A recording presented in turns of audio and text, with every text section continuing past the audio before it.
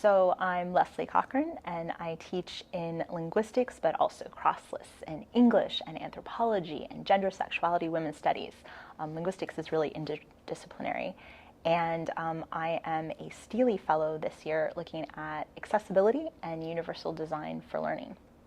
Great. Well, thanks for coming and talking to us. We've got a few things that we're going to be talking about today. We're going to jump right in because this is something that's really, I think, interesting to you, and you've been thinking about ever since we met to talk about it, and that's summative assessment, right? So first of all, if you would just say some things about why summative assessment is important to you, what it is that you're looking for in summative assessment, and then we might get onto some of the things that excite you about incorporating UDL into that. So just summative assessment generally, like what's in it for you, what's in it for the students? I think for the students, it can really be a demonstration of how much they've learned. So in that sense, it could actually be exciting for them to be able to say, I have learned something and now I've produced something. Maybe I've written a paper or I've completed a project, or even if you're giving an exam, if students can feel like I have now demonstrated my knowledge, QED, then that can be hopefully a good feeling for them if they've acquired that knowledge or that skill, and then they can show it and prove it and sort of come to a sense of closure about the class. So I would say that usually summative assessments in my classes are the final one, so I don't have as many summative assessments along the way. Those are more formative. Or if they're summative feelings, so for instance, in my mid-level class, I've got a midterm and a final paper, but the midterm paper, while it's a little bit summative for the first half of the class, becomes formative in that I give a lot of feedback on it, and you're doing the same thing for the final. So you have that opportunity to sort of get the cycle going where the student learns something, turns something in, I comment on it, tell them what they can do for next time, and then they actually get the chance to do it. So you're talking about these two different types of assessment. There's summative assessment and there's formative assessment. And where do you see that line when it's summative assessment versus when it's formative assessment? I think with summative assessment, to me, it's that you don't have a chance to take what you might have learned from doing that and apply it in the same class. Which again is why a lot of mine are at the end. It's the kind of the capstone to whatever we've been doing in the class. Hopefully you'll retain that for the rest of the curriculum. Maybe it's something you can apply in another course sometime. But the formative to me has to include that feedback and that opportunity to act on the feedback. So sometimes it's not the exact type of assessment. It's not, a test is summative or formative. It's what are you going to be able to get out of it and do with it within that class. Again, hopefully anything we're asking people to do, somewhere along the line, they might be able to do something with. But I have summative assessments are kind of the end result in classes. And I do different sorts of them, but it's not about the type of assignment to me. It's about what it's doing in the class for the student. I find them exciting actually to grade if I've got a good summative assessment because I can see, wow, students have learned things. It gives you a sense of accomplishment as a teacher that you have actually gotten them to do something that they might not have been able to do at the beginning. So you've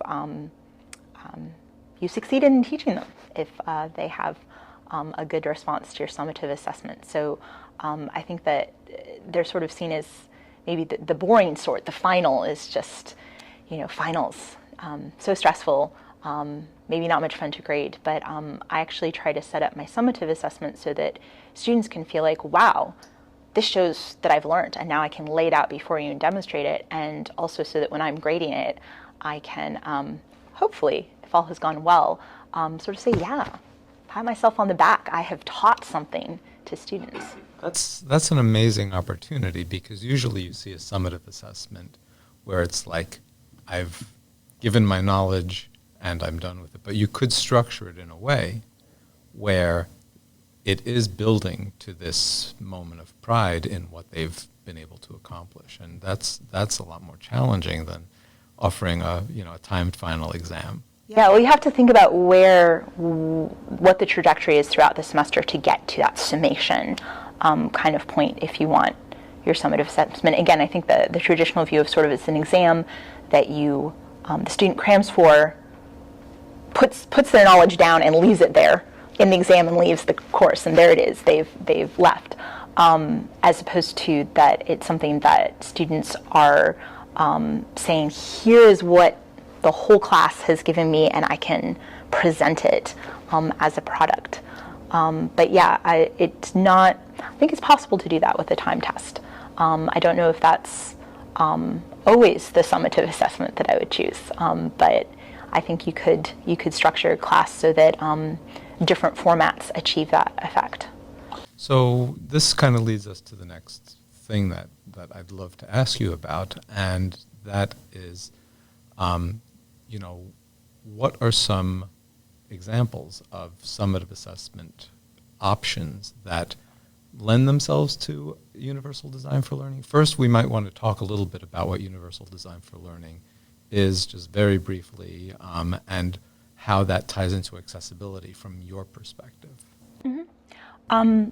So I think that accessibility for me is a teaching mandate. If people are in my class, then they should be able to learn.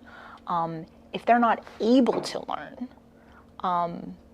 then I need to revise the class. So with universal design for learning, it's a way to achieve accessibility. But what's exciting about it is in that name, universal design, that if you design more universally for more varied different types of students, then you end up improving the class for everybody. So a classic example of universal design is the curb cut, which is that section of the sidewalk that goes down on the corner. And so if you are a wheelchair user, that lets you get on and off of the sidewalk. Otherwise, you're literally stuck on the curb. You can't cross the street because you can't get down that one step onto the street and then back up again.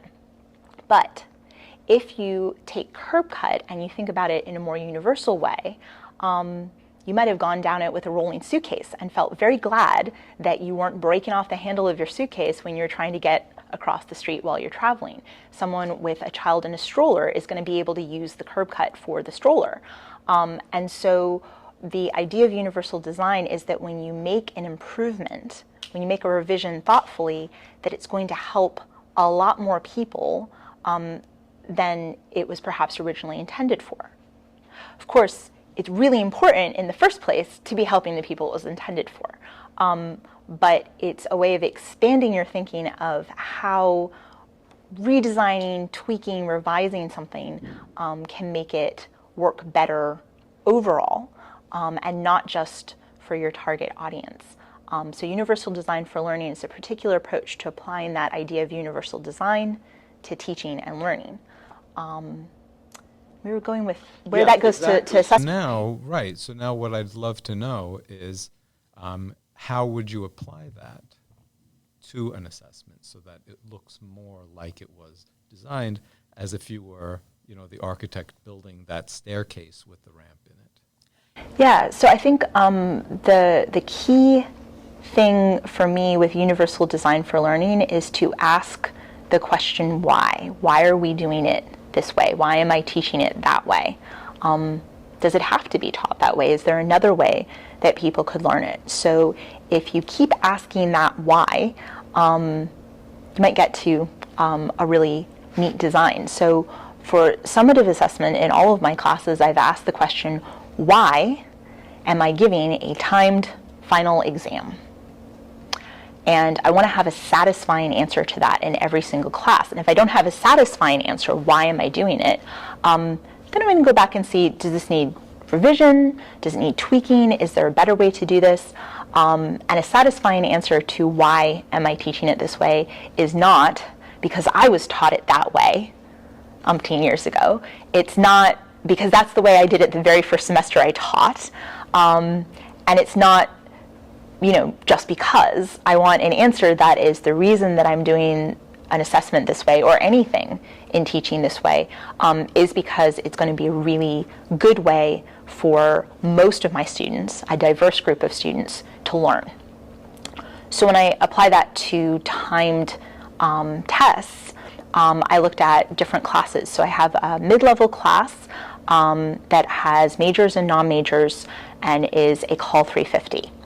And it has a lot of focus on research skills in linguistics, and because it's a Call 350, it has to do with race and society and gender and disability and a lot of different social topics. So when I asked myself, why would I give a timed final exam at the end of this class, the only answers I could really come up with are because that's the way it's done, because I've had classes like that or taught classes like that myself. There wasn't really a pedagogical reason to say, let us test people's understanding of linguistic research skills and race and society by giving them a timed multiple choice test. It didn't seem to fit. So I thought about what could I do instead, and I decided that I wanted a paper because that was a skill that people would use. As a linguistics graduate student, very few people asked me to do a timed test on research skills. They asked me to write papers. And even in the professional world, even if you're not going on in linguistics, there are very few jobs that ask you to take a timed multiple choice test as a part of your everyday skill on the job. There might be some, but I don't know about them. Maybe they're jobs linguists don't go into. So why do I want students to have the skill of taking a timed test with multiple choice? Is that something that's going to be of use to them in their education or their career or their lives? And I couldn't find the why. Yeah. So one thing is to say, if I'm trying to teach research skills, then I want them to demonstrate research skills. I want them to write a paper. In my upper level Call 400 class, I decided to do a portfolio, which is summative, but it comes out of a lot of formative assessments. So they're doing transcription, they're doing analyses, and the students at the end of the class put together everything they've done, revised according to my comments that I've given them along the way. So it breaks up the work for me because I have throughout the semester given them feedback rather than waiting for the very end. And they've been able to use the feedback and apply it, so they've come to a better product. They've learned something by doing the revision. And they put it together into a portfolio. And students have found this very exciting and satisfying. It's kind of like a mini thesis project almost, that you have a whole semester's body of work that you put together into this single portfolio. And again, it's very satisfying for me to be able to see what students have done all semester, see how they've revised it and changed it according to feedback. And I might even say that it's a little easier to grade because it's work that I've seen before. I have my prior comments, so I know what I'm looking for when I go through to assess it. See, those are the kind of tips that I think are important, that some of this stuff actually can save you time and energy.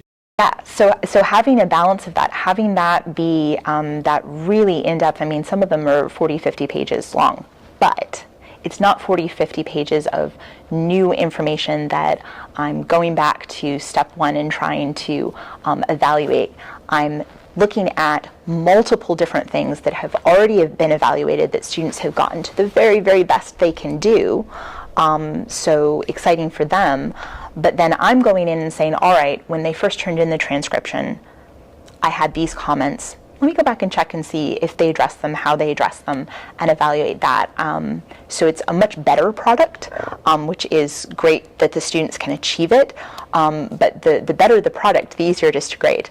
So it's a much more satisfying all-around thing, and it's great too if someone asks you what are you teaching, to say, well, let me show you a portfolio of what students have produced. It's good for all of those kinds of evaluations that we do of ourselves, to be able to say what is happening in this class, and I can show you this summative assessment that has, this is everything laid out for you, and to the very, very best of the students' ability that they've been working on it all semester.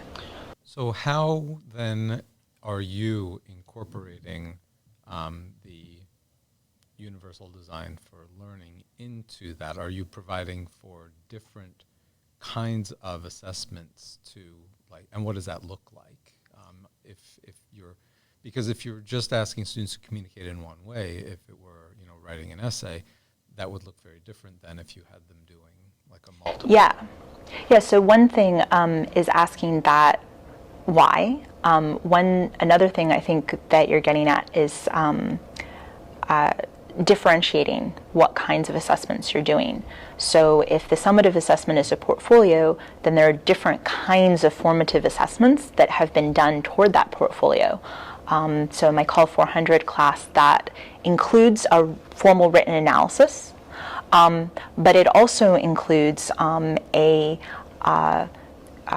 piece that is meant to communicate to a wider, non-linguistic, non-scholarly audience what the project has been all about. Usually the idea is how to communicate to participants in the linguistic research themselves what the researcher has learnt about their language. So how do you bring it back to your participants?